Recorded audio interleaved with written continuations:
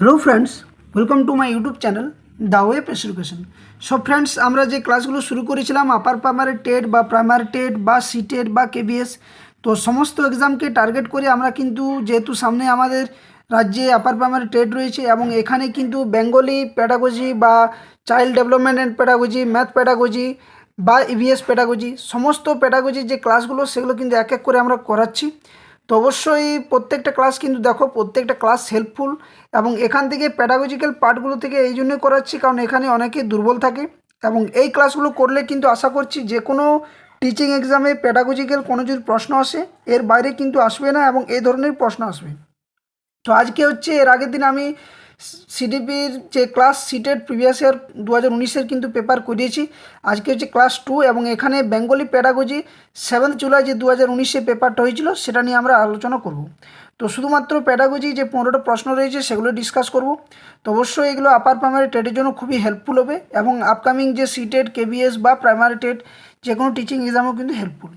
তো অবশ্যই ক্লাসটি শুরু করার আগে সকলকে বলবো যারা চ্যানেলে নতুন আছো অবশ্যই চ্যানেলটি সাবস্ক্রাইব করো এবং পাশে থাকা যে বেল নোটিফিকেশান সেটা অন করো। এই ধরনের সম্পূর্ণ ক্লাসগুলো তোমরা নোটিফিকেশান আকারে পাবে। আর প্রত্যেকটা ক্লাসের কিন্তু পিডিএফ, যেহেতু এই পিডিএফগুলো আমি তোমাদের শেয়ার করছি না, এগুলো টেলিগ্রাম চ্যানেলে আশা করছি এগুলো বাই করতে হবে কারণ এগুলো খুবই মানে কষ্টসাধ্যভাবে টাইপিস্টকে দিতে ওই পয়সা, তার জন্য এগুলো অবভিয়াসলি এগুলো অনেক কষ্টকর। তো অবশ্যই এগুলো বাই করার জন্য আমি একদম কম্বিনেশনভাবে একটা পিডিএফ বানিয়ে দেবো। ক্লাসগুলো হোক, ক্লাসগুলো সবাই দেখো, অনেক হেল্পফুল হবে।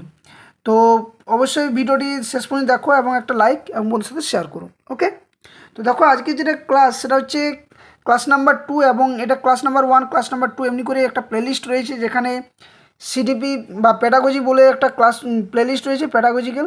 তো ওখানে কিন্তু ক্লাস 1, ক্লাস 2 করে সমস্ত পেপারের যে ক্লাসগুলো হয় বা প্রিভিয়াস ইয়ারে যেগুলো এসেছে সেগুলো কিন্তু এক এক করে করাচ্ছি। ওকে, তো দেখো আজকে প্রথম প্রশ্ন কী রয়েছে, যে 1 নম্বর প্রশ্নতে রয়েছে প্রথম শ্রেণীর একটি ভাষা শিক্ষার পাঠ্য বই শুরু হয় প্রথমে বর্ণমালা, 2 অক্ষরের মধ্য দিয়ে, 3 অক্ষরের শব্দ দিয়ে, পরে গল্প এবং কবিতার মাধ্যমে। তো এই যে পাঠ্যপুস্তকে কোন পদ্ধতি বলছে অনুসরণ করা হয়েছে। তো একটা আমরা পাঠ্যপুস্তক যে বই তৈরি করা হয় সেখানে প্রথম বর্ণমালা থাকে, তারপরে অক্ষর থাকে, তারপরে অক্ষরের শব্দ দিয়ে গল্প এবং কবিতার মাধ্যমে হয়। তো এইভাবে পাঠ্যপুস্তক কোন পদ্ধতি অনুসরণ করা হয়েছে। অপশান এতে রয়েছে ঊর্ধ্বগামী পদ্ধতি অর্থাৎ বটম আপ, অপশান 2 রয়েছে অধোগামী পদ্ধতি অর্থাৎ টপ ডাউন, অপশান 3 রয়েছে শাস্তিমূলক পদ্ধতি বা ডিসিপ্লিনারি এবং অপশান 4 রয়েছে পাঠ্যক্রমের কাঠামো পদ্ধতি অর্থাৎ কারিকুলাম ফ্রেমওয়ার্ক অ্যাপ্রোচ। তো একের দাগের সঠিক উত্তর কী হবে। তো দেখো এখানে একের দাগের সঠিক উত্তর তোমাদের হয়ে যাবে, সেটা হচ্ছে অপশান এ অর্থাৎ ঊর্ধ্বগামী পদ্ধতি বা বটম আপ অ্যাপ্রোচ, এটা হচ্ছে একের দাগের সঠিক উত্তর। ওকে, নেক্সট দেখো 2 নম্বর প্রশ্ন বলছে পড়ার বিভ্রান্তি হলো কি। তো অবশ্যই তোমরা কিন্তু প্রত্যেকটা প্রশ্ন কিন্তু উত্তর কমেন্ট বক্সে কমেন্ট করে কিন্তু জানিও। তো দেখো কি বলছে যে পড়ার বিভ্রান্তি হলো কি। অপশান এতে রয়েছে ডিসলেক্সিয়া, অপশান 2 রয়েছে ডিসগ্রাফিয়া, অপশান 3 রয়েছে ডিসক্যালকুলিয়া, নাকি অপশান 4 রয়েছে ডিসফোরিয়া বা ডিসফোবিয়া যাকে বলে। তো এক্ষেত্রে সঠিক উত্তর কী হবে না, পড়ার ক্ষেত্রে যে বিভ্রান্তি দেখা যায় সেটা হচ্ছে অপশান 1 অর্থাৎ ডিসলেক্সিয়ার ফলে কিন্তু পড়ার যে বিভ্রান্তি সেটার সাথে যুক্ত। ডিসগ্রাফিয়ার লেখার সাথে, ডিসক্যালকুলিয়া কিন্তু গণিতের সাথে। তো এগুলো কিন্তু যে পঠনগত যে বিভ্রান্তি সেগুলো কিন্তু প্রশ্ন পড়ে ডিসক্যালকুলিয়া, ডিসগ্রাফিয়া, ডিসলেক্সিয়া এগুলো কিন্তু পড়ে থাকে। তো 2 থেকে সঠিক উত্তর হচ্ছে অপশান 1। নেক্সট দেখো 3 নম্বর প্রশ্ন কি বলছে, যে ভাষা শিক্ষার শ্রেণীকক্ষে লেখার অভ্যাস আরম্ভ করার জন্য একজন শিক্ষক যা করবেন তা হলো কী। তো ভাষা শিক্ষা যখন একজন শ্রেণীকক্ষে শিক্ষক মহাশয় দেবেন, তো আরম্ভ করার জন্য বা অভ্যাস আরম্ভ করার জন্য একজন শিক্ষক কী করবেন। অপশান 1 কী রয়েছে দেখো, ছাত্রদের স্বল্প সময়ের মধ্যে বিষয় সম্পর্কে অনেক সম্ভাব্য বিকল্প চিন্তা করতে এবং বিভিন্ন ধারণা তৈরি করতে বলবেন, নাকি অপশান 2 রয়েছে ব্ল্যাকবোর্ডে লেখা বিষয় থেকে একটি অনুচ্ছেদ নকল করতে বলবেন, নাকি অপশান 3 রয়েছে বিদ্যালয়ে আসার আগে ছাত্রদের বিভিন্ন অনুচ্ছেদ পড়ে আসতে বলবেন, নাকি অপশান 4 রয়েছে ছাত্রদের ভালো হাতের লেখায় লিখতে বলবেন। তো এক্ষেত্রে 3 দাগের সঠিক উত্তর কী হবে না, 3 দাগের সঠিক উত্তর হয়ে যাবে অপশান 4 ছাত্রদের ভালো হাতের লেখায় কি লিখতে বলবেন। এটা হচ্ছে কি না, এটা হচ্ছে ভালো ভাষা শিক্ষার ক্ষেত্রে লেখার অভ্যাস গঠন করার মূল দিক একজন শিক্ষক মহাশয় করবেন। নেক্সট দেখো তারপরে 4 নম্বর প্রশ্ন। অবশ্যই কমেন্ট বক্সে কমেন্ট করে জানাও যে ক্লাসগুলো কেমন লাগছে, এবং আশা করছি অনেক হেল্প হবে এই ক্লাসগুলো তোমরা যদি করে থাকো এক এক করে। এবং প্রত্যেকটা চ্যাপ্টার অনুযায়ী ধরে ধরে যে ক্লাস করাচ্ছি আমি আপার প্রাইমারি টেটকে লক্ষ্য করে, সেখানে তোমরা দেখবে সিডিপির অনেকগুলো ক্লাস করানো হয়ে গেছে। তারপরে হিস্ট্রি থেকে যে সমস্ত প্রশ্ন আসবে, অর্থাৎ হিস্ট্রির যে প্রশ্ন রয়েছে সেখানেও কিন্তু অনেক প্রশ্ন আসে, 60 নম্বর যেটা রয়েছে ওখানে, সেখানে যে এসএসটি পার্টটা সেটাও কিন্তু করাচ্ছি। সেখানে হিস্ট্রি, জিওগ্রাফি, পলিটি সমস্ত ক্লাস এক এক করে করাবো। তারপরে বেঙ্গলি ল্যাঙ্গুয়েজ অ্যান্ড প্যাডাগজিরও কিন্তু চ্যাপ্টার ওয়াইজ কিন্তু ক্লাস করানো হচ্ছে। প্রত্যেকটা ক্লাস কিন্তু তোমরা প্লেলিস্টে গিয়ে ভিজিট করে দেখতে পাবে। তো দেখো 4 দাগের প্রশ্ন কী রয়েছে, একজন শিশু যেভাবে মাতৃভাষা শেখে, কীভাবে? শোনার মধ্য দিয়ে, অপশান 2 রয়েছে বলার মধ্য দিয়ে, অপশান 3 রয়েছে লেখার মধ্য দিয়ে, নাকি অপশান 4 রয়েছে একটি প্রথাগত শিক্ষা পদ্ধতি। তো একজন শিশু যেভাবে মাতৃভাষা শেখে সেটা হচ্ছে প্রথমত কীভাবে শেখে, না শোনার মধ্য দিয়ে। মাতৃভাষা শিক্ষার উদ্দেশ্য, লক্ষ্য, গুরুত্ব কী, ডিটেলস কিন্তু এর ক্লাস করানো রয়েছে, তোমরা যদি প্লেলিস্টে ভিজিট করো ওখানে কিন্তু পেয়ে যাবে। ওকে, নেক্সট দেখো 5 নম্বর প্রশ্ন কি বলছে, নিম্নলিখিত কোনটি উৎপাদনশীল দক্ষতার অর্থাৎ প্রোডাক্টিভ স্কিলস, এই স্কিল থেকেও কিন্তু ক্লাস করিয়েছি, গ্রহণমূলক দক্ষতা বা প্রকাশমূলক দক্ষতা বা প্রোডাক্টিভ স্কিল, রিসেপটিভ স্কিল, লিখন, পঠন, কথন, শ্রবণ, 4টারই কিন্তু একদম টপিক ওয়াইজ ক্লাস কিন্তু একদম করানো রয়েছে। তো নিম্নলিখিত কোনটি উৎপাদনশীল অর্থাৎ প্রোডাক্টিভ স্কিলস শ্রেণীতে পড়ে? তো কোন দক্ষতার শ্রেণীতে পড়ে এটা, মানে প্রোডাক্টিভ স্কিল? পড়াও লেখা, নাকি অপশান 2 পড়াও শোনা, অপশান 3 রয়েছে বলাও লেখা, নাকি অপশান 4 রয়েছে বলাও শোনা? তো একদম সহজ প্রশ্নের উত্তর, এটা যারা ক্লাস করেছো তারা অবশ্যই জানবে। না 5 দাগের সঠিক উত্তর হয়ে যাবে অপশান 3, অর্থাৎ বলা এবং লেখা। অর্থাৎ যেটা আমরা মুখ থেকে বলে প্রকাশ করছি সেটাও প্রোডাক্টিভ, এবং যেটা লিখিতভাবে প্রকাশ করছি সেটাও প্রোডাক্টিভ বা প্রকাশমূলক দক্ষতার মধ্যে পড়ে। তো 5 দাগের সঠিক উত্তর হবে অপশান 3। ওকে, নেক্সট দেখো তারপরে 6 নম্বর প্রশ্ন কি বলছে, না তৃতীয় শ্রেণী কক্ষের শিক্ষিকা করুণা ছাত্রদের একটি কবিতা পড়ানোর পর তাদের কিছু কাজ দিতে মনস্থির করেন। নিম্নলিখিতের মধ্যে কোন কাজ তিনি নির্বাচন করবেন যাতে ছাত্ররা সক্রিয়ভাবে অংশগ্রহণ করতে পারে? তো এই ধরনের কিছু একটা উপদেশ দিয়ে দেবে বা কিছু একটা লিখিত মানে কথন দিয়ে দেবে, সেটার মধ্যে তোমাকে সঠিক উত্তরটা নির্বাচন করতে হবে। তো তৃতীয় শ্রেণীকক্ষে শিক্ষিকা করুণা ছাত্রদের যদি একটি কবিতা পড়ানোর পর তাদের কিছু কাজ দিতে মনস্থির করেন, তাহলে নিম্নলিখিতের মধ্যে কোন কাজ তিনি নির্বাচন করবেন যাতে ছাত্ররা সক্রিয়ভাবে অংশগ্রহণ করতে পারে? তো এই যে সক্রিয়ভাবে অংশগ্রহণ করবে কিভাবে, এই ধরনের কিন্তু টার্মগুলো খুঁজে বার করে তারপর কিন্তু উত্তরটা খোঁজার চেষ্টা করি। তো অপশান 1 কী রয়েছে, কবিতার শেষে যে প্রশ্নগুলি দেওয়া আছে ছাত্রদের সেগুলি উত্তর লিখতে বলবেন, নাকি ছাত্রদের গোষ্ঠীবদ্ধভাবে কবিতার ব্যাখ্যা করতে বলবেন, নাকি অপশান 3 কী রয়েছে, যেমনটা কবিতাতে লেখা আছে ঠিক সেভাবে ছাত্রদের তা মুখস্থ করতে বলবেন, নাকি কবিতায় থাকা নতুন শব্দগুলির অবলম্বনে ছাত্রদের বাক্য রচনা করতে বলবেন? তো এক্ষেত্রে 6 দাগের সঠিক উত্তর কী হবে? তো দেখো 6 দাগের সঠিক উত্তর হয়ে যাবে তোমাদের অপশান 2, অর্থাৎ ছাত্রদের গোষ্ঠীবদ্ধভাবে যদি কবিতার ব্যাখ্যা করতে বলা হয় তাহলে কি তারা বেশি সেটার প্রতি মনোযোগী হবে এবং সক্রিয়তা দেখাবে। তাহলে অপশান 2 হচ্ছে এখানে 6 দাগের সঠিক উত্তর। নেক্সট দেখো তারপর 7 নম্বর প্রশ্ন কি বলছে, না ভাষার আঙ্গিকার বা অঙ্গীকার অর্থাৎ ল্যাঙ্গুয়েজ যেটা ইকুয়েশন বলা হয়, তো এই ল্যাঙ্গুয়েজ ইকুয়েশন অনুযায়ী বা ভাষার আঙ্গীকরণ অনুযায়ী নিম্নলিখিত কোনটি সঠিক? অপশান 1 কী রয়েছে দেখো, ভাষা শিক্ষায় ছাত্রদের সহজাত দক্ষতা নেই। অপশান 2 রয়েছে শিশুরা তখনই ভাষা শেখে যখন তারা বিদ্যালয়ে যায়। অপশান 3 রয়েছে প্রতিটি শিশুরই ভাষা শিক্ষায় বা অ্যাকোয়ার ল্যাঙ্গুয়েজে এক সহজাত সক্ষমতা থাকে, নাকি অপশান 4 শিশুরা বিভিন্ন উৎস থেকে ভাষা শিক্ষা করে থাকে। তো এক্ষেত্রে ল্যাঙ্গুয়েজ ইকুয়েশন অনুযায়ী কোনটি সঠিক? তো এক্ষেত্রে 7 দাগের সঠিক উত্তর যাবে অপশান 3, অর্থাৎ কি না প্রতিটি শিশুরাই কি ভাষা শিক্ষায় একটি সহজাত সক্ষমতা বা অ্যাকোয়ার ল্যাঙ্গুয়েজ যে দক্ষতা সেটা কিন্তু নিয়ে আসে। অপশান 3 হচ্ছে 7 দাগের সঠিক উত্তর। ল্যাঙ্গুয়েজ ইকুয়েশন সেখানে এলএডি রয়েছে, ল্যাঙ্গুয়েজ ইকুয়েশন ডিভাইস রয়েছে, এগুলো কিন্তু প্রশ্নগুলো আসে। এবং এই ল্যাঙ্গুয়েজ ইকুয়েশন নিয়ে নোয়াম চমস্কি কিন্তু একজন বিখ্যাত ভাষা মনস্তত্ত্ববিদ, তিনি কিন্তু বলেছেন যে শিশুরা কিন্তু ভাষা আপনা আপনি শেখে, কোনো এটা সহজাত বিষয়, এবং সেটা কোন ল্যাঙ্গুয়েজ হতে পারে, সেটা হচ্ছে একমাত্র মাতৃভাষা।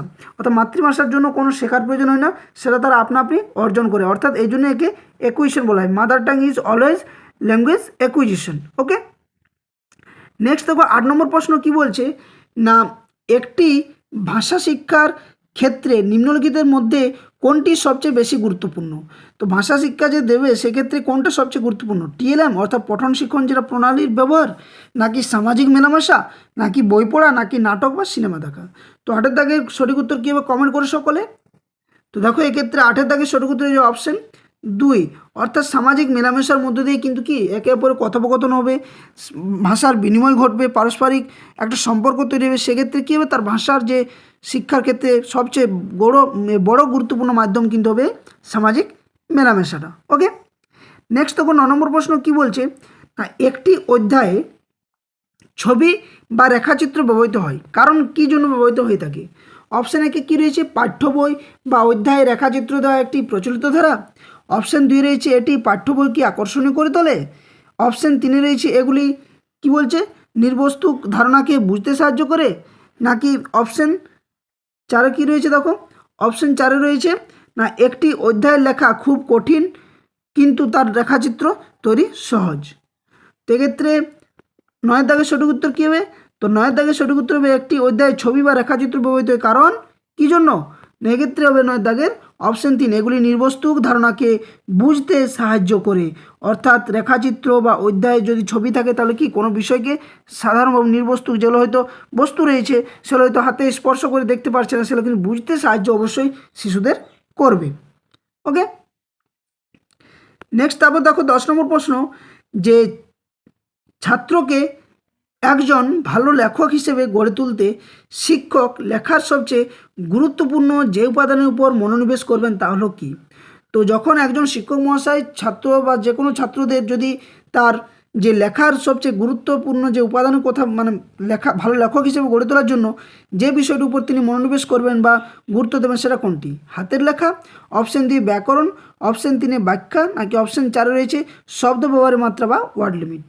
তো এক্ষেত্রে 10 দাগের সঠিক উত্তর হয়ে যাবে অপশান 3 অর্থাৎ কোনো একটা শিশু বা শিক্ষার্থী যদি ভালোভাবে ব্যাখ্যা করতে পারে কোনো ভাষার ক্ষেত্রে তাহলেই সে একজন ভালো লেখক হিসেবে গড়ে উঠতে পারবে।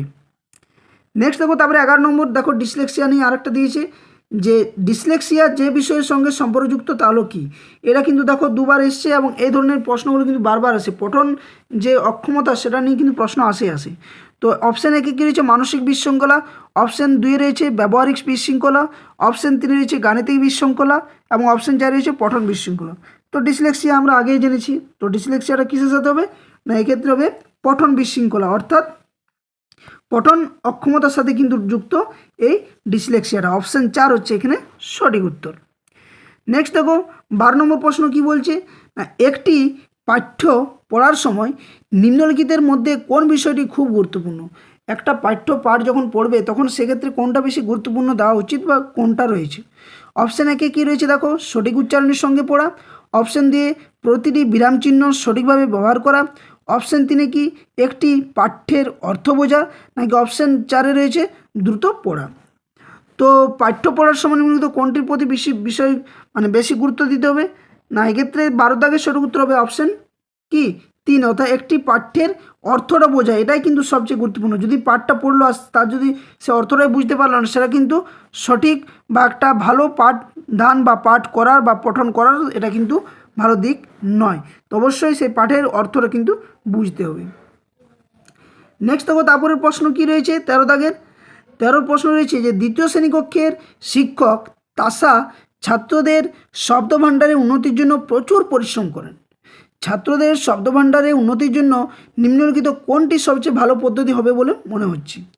তো অপশানগুলো কী রয়েছে আমি কমেন্ট করে এখানে সঠিক উত্তর কী হবে দেখো অপশান 1 কী রয়েছে না ছাত্ররা একটি নতুন অধ্যায় পড়ার আগে সমস্ত নতুন শব্দ মুখস্থ করে নেবে। অবশ্যই কোনো জিনিস এই যে মুখস্থ করা এই টার্মগুলো কিন্তু অবশ্যই এক্ষেত্রে ব্যবহৃত হবে না। অপশান 2 কী রয়েছে ছাত্ররা পাঠ প্রেক্ষিতে নতুন শব্দের অর্থ অনুমান করবে। অপশান 3 কী রয়েছে ছাত্ররা প্রতিটি নতুন এবং কঠিন শব্দের অর্থের জন্য অভিধানের সাহায্য নেবে। আগে অপশান 4 শব্দের নিচে দাগ দেবে এবং তারপর তাদের অর্থ মুখস্থ করবে। তো এই যে মুখস্থ টার্মগুলো এগুলো কিন্তু অবশ্যই এগুলো নেগেটিভ টার্ম, এটা কোনো অভিধানের সাহায্য নেবে এটাও কিন্তু নয়। তাহলে সঠিক উত্তর কী হবে অপশান 2 অর্থাৎ 13 দাগের সঠিক উত্তর হবে অপশান 2 ছাত্ররা পাঠ প্রেক্ষিতে নতুন শব্দের অর্থ অনুমান করবে। তো অপশান 2 হচ্ছে এখানে সঠিক উত্তর। নেক্সট দেখো 14 দাগের প্রশ্ন কি বলছে না দ্বিতীয় শ্রেণীকক্ষে একজন শিক্ষক অভিব্যক্তি এবং অঙ্গভঙ্গির মাধ্যমে একটি আকর্ষণীয় গল্প বলছিলেন। গল্পটি বলার পর তিনি ছাত্রদের আবার সেটিকে নিজেদের ভাষায় বলতে বললেন। তিনি ছাত্রদের যে ক্ষমতা বুঝতে চাইছিলেন সেটা কি? অপশান 1 রয়েছে দেখো শোনার বোধ শক্তি, অপশান 2 রয়েছে বলার বোধ শক্তি, অপশান 3 পড়ার বোধ শক্তি, অপশান 4 লেখার বোধ শক্তি। তো দেখো পড়া এবং লেখা এ দুটো তো অবশ্যই আশা করছি হবে না, কারণ এখানে বলতে বলেছে শুনলো এবং বললো, তাহলে কোনটা হবে? এক্ষেত্রে প্রথমত সে বলতে পারবে তখনই যখন সে ভালোভাবে শুনবে, এবং ভালোভাবে না শুনলে বলতে পারবে না। তো প্রথমত আমরা জানি যে এখানে কি বিষয়গুলো আছে, এল, এস, আর এবং ডাব্লিউ। তো লিসনিং, স্পিকিং, রিডিং এবং রাইটিং। তো তার মধ্যে কোনটা বেশি গুরুত্বপূর্ণ? প্রথমত যদি কোনো বিষয় যদি না শোনে তাহলে বলতে পারবে না, তো অবশ্যই শোনার বোধ শক্তিটা তার বেশি দরকার। এবং এক্ষেত্রে শিক্ষক তিনি কিন্তু প্রথমত শোনার বোধ শক্তিটার প্রতি গুরুত্ব দিয়েছিলেন। নেক্সট 15 নম্বর প্রশ্ন এবং আজকের শেষ প্রশ্ন এটা, যেহেতু প্যাডাগজিক্যাল পার্ট থেকে 15টা করে প্রশ্ন আসে বাংলাতে ক্ষেত্রেও বা ইংরেজির ক্ষেত্রেও ল্যাঙ্গুয়েজটা, তো এক্ষেত্রে 15টা করে প্রশ্ন থাকবে এবং সিডিপির ক্ষেত্রে 30টা, তারপরে ইভিএসের ক্ষেত্রে এনভায়রনমেন্টাল স্টাডিজ ক্ষেত্রেও 15টায় আসে, ম্যাথের ক্ষেত্রেও 15টা আসে। তো প্রত্যেকটার কিন্তু প্যাডাগজিক্যাল একটা করে ক্লাস করানো হবে। তো অবশ্যই চ্যানেলে যুক্ত থাকো, চ্যানেলে নতুন হয়ে দেখলে অবশ্যই সাবস্ক্রাইব করো এবং প্রত্যেকটা ভিডিওতে নিজের প্রেজেন্ট হিসেবে একটা লাইক অবশ্যই করবে, আর কমেন্ট বক্সে উত্তরগুলো জানাও, সাথে সাথে কেমন ক্লাসগুলো লাগছে অবশ্যই সেটাও কমেন্ট বক্সে কমেন্ট করে জানাও। তো দেখো 15 প্রশ্ন কি বলছে, শ্রেণীকক্ষে উন্নত পরিবেশের ছাপ বলতে বোঝায় কি? একটা উন্নত পরিবেশ হবে সেটা বলতে আপনি কি ইঙ্গিত দিচ্ছেন? এখানে কি ইঙ্গিত দেওয়া হচ্ছে? তো অপশান 1 রয়েছে শ্রেণীকক্ষে দেওয়ালগুলি রঙিন হবে, অপশান 2 দেওয়ালে এমন লিখিত বিষয় সাঁটা থাকবে যেগুলি মূল ধারণার সঙ্গে সংযুক্ত হবে, অপশান 3 বড় আয়তনের অক্ষর সাঁটা হবে যাতে উচ্চস্বরে পড়া যায়, নাকি অপশান 4 দেওয়ালে ছবিসহ রঙিন কবিতা আঁকা হবে। তো এক্ষেত্রে 15 সঠিক উত্তর কীভাবে কমেন্ট করে সকলে? তো এক্ষেত্রে 15 সঠিক উত্তর অপশান 3, না বড় আয়তনের অক্ষর সাঁটা হবে যাতে উচ্চস্বরে পড়া যায়। অর্থাৎ এমন কিছুভাবে লেখা হবে না যেটা শিশু শিক্ষার্থীরা বুঝতেই পারলো না, সে ধরনের নয়। অবশ্যই বড় আয়তনে অক্ষরগুলো সাঁটা থাকবে যেটা তারা উচ্চস্বরে একদম ভালোভাবে বলতে পারে, পড়তে পারে, সেগুলো কিন্তু থাকবে। তো এভাবেই কিন্তু প্রত্যেকটা ক্লাস নিয়ে আসবো। Bengali language and pedagogy, English language pedagogy, তারপরে ম্যাথামেটিক্সের যে প্যাডাগজিক্যাল পার্ট, তারপরে এনভায়রনমেন্টাল স্টাডিজের প্যাডাগজি পার্ট, তারপরে ম্যাথের প্যাডাগজি পার্ট, সিডিপির যে প্যাডাগজি 30টা প্রশ্ন থাকে। তো প্রত্যেকটার কিন্তু ক্লাস হবে এই ইউটিউব চ্যানেলে। তো অবশ্যই প্রত্যেকটা ক্লাস দেখবে এবং প্লেলিস্টে গিয়ে প্লেলিস্টে ভিজিট করো, প্রত্যেকটার ক্লাস পেয়ে যাবে। আপার প্রাইমারি টেট বলো বা 2022 টেট ইন্টারভিউ প্রিপারেশনের ক্ষেত্রে বলো বা আদার্স যে কোনো টিচিং এক্সাম বা ওয়ান ডে কম্পিটিটিভ এক্সামের জন্য কিন্তু এখানে ক্লাস করানো হয়। আর এসএসটি যেখানে হিস্ট্রি, জিওগ্রাফি, পলিটি প্রত্যেকটা ক্লাস করানো হবে। সাথে সাথে সায়েন্সের যে সায়েন্স পার্টটা, ম্যাথ যেহেতু আমার সামনে বোর্ড নেই তো ক্লাস করাতে অসুবিধা হবে অনেক, তাই যে সায়েন্স পার্টটা রয়েছে যেখানে বায়োলজি, ফিজিক্স, কেমিস্ট্রি থেকে প্রশ্ন আসে, প্রত্যেকটার কিন্তু প্লেলিস্ট বানানো রয়েছে এবং প্রত্যেকটাতেই ক্লাস আপডেট দেওয়া হবে। তো অবশ্যই যারা নতুন আছো ক্লাসের সাথে যুক্ত থাকো, চ্যানেলের সাথে যুক্ত থাকো, চ্যানেলটি সাবস্ক্রাইব করো, বেল নোটিফিকেশনটি অবশ্যই অন করে রাখবে যাতে প্রত্যেকটা ক্লাসের নোটিফিকেশান সঠিক সময়ে তোমরা পেয়ে থাকো। এবং প্রত্যেকটা ক্লাস যে করাচ্ছি তার উত্তরগুলো অবশ্যই লিখে রাখো, প্রশ্নগুলো লিখে রাখো, এগুলোর থেকে কিন্তু প্রশ্ন আসবে এবং অনেক হেল্প করবে তোমাদের প্যাডাগজিক্যাল পার্টটা মানে উন্নত করার জন্য বা দৃঢ় করার জন্য। ওকে, কারণ প্যাডাগজিক্যাল প্রশ্ন এমন থাকে যে 4টার মধ্যে 4টাই হয়তো উত্তর হবে, মনে মনে হতে পারে। তো এখান থেকে সঠিক উত্তরটা বেছে নেওয়াটাই কিন্তু একটা মাইন্ডের গেম বলা চলে বা মাইন্ড গেম। তো এটাই ছিল আজকের ক্লাস। আশা করছি ভিডিওটি ভালো লাগলে লাইক এবং বন্ধুর সাথে শেয়ার করবে, আর চ্যানেল নতুন হয়ে থাকলে অবশ্যই চ্যানেলটি সাবস্ক্রাইব করে পাশে থাকা বেল নোটিফিকেশানে অন করবে। ধন্যবাদ, জয় হিন্দ।